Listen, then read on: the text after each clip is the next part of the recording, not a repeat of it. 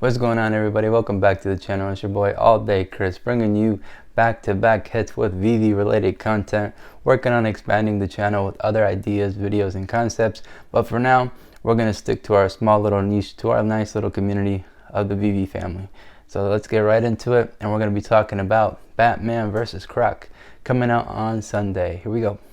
Alright guys, so if you may have noticed on the Discord, you will have saw the Medium article just dropped for Batman versus Croc. It is going to be $120, and there's going to be 8,888 editions for this one. To me, this makes me think they're almost trying. I mean, it is a little over. I ain't gonna lie, it's a little heavy priced, because the Disney Golden Moment was only 60 gems. So now they're dropping this statue at 120, so it's twice the value of what a Disney Wally, Elsa, Mickey hat, those type of things. It's almost kind of, it's a little interesting. I want to see what their market play is.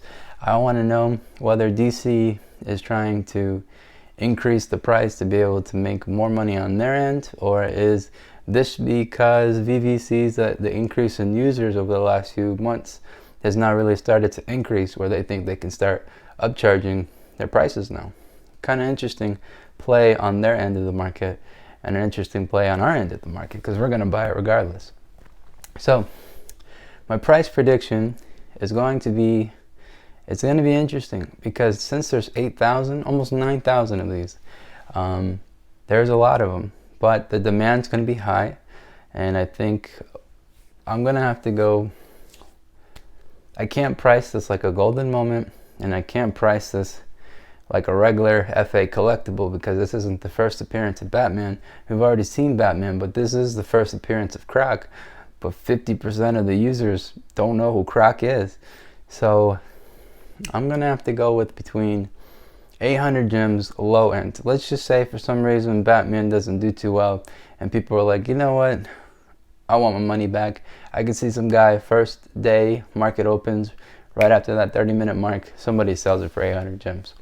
But I want to see it around 1K plus range, and if it does really good by the end of the weekend, I mean, it's on a Sunday, but by the coming up to Monday, Tuesday, it could be around the 2,000, 2,500 gem range.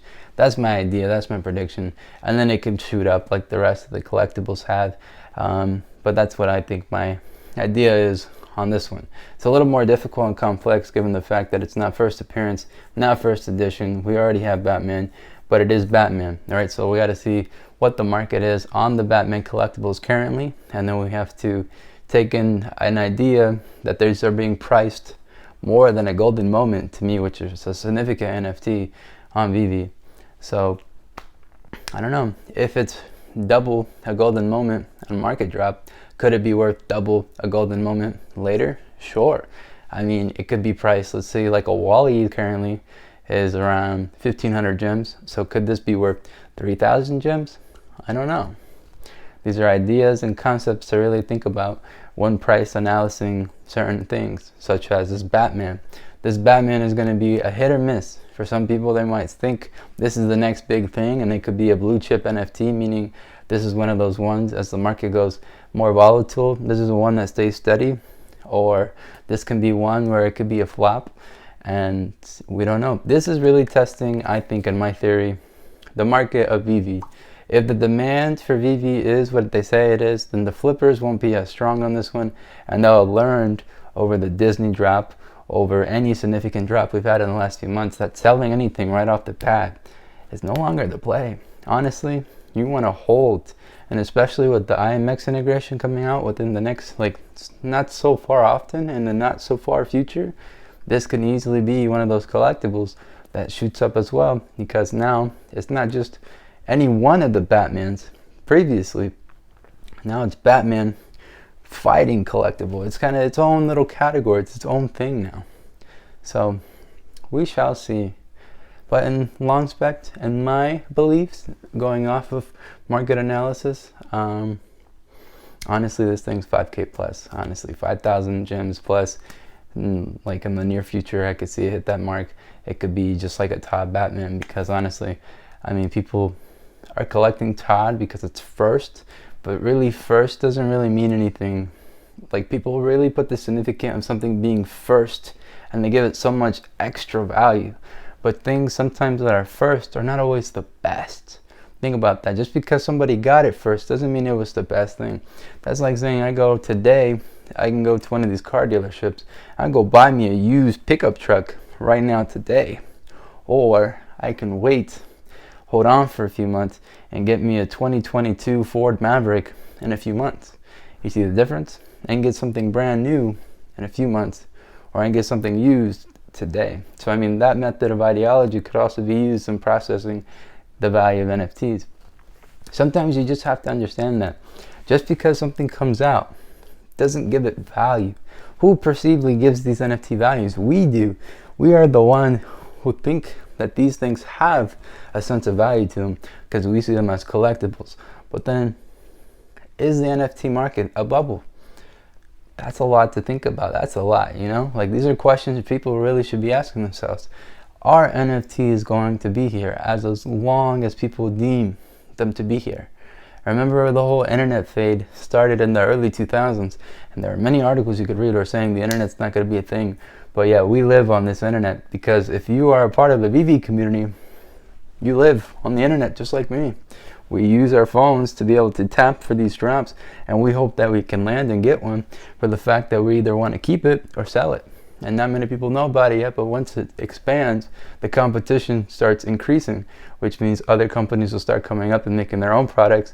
In the long-term future, I can see that happening. I don't think there can be a monopoly over the Veve market. NFT market. I don't think one company can just own, all these digital premium collectibles that Veve is trapping.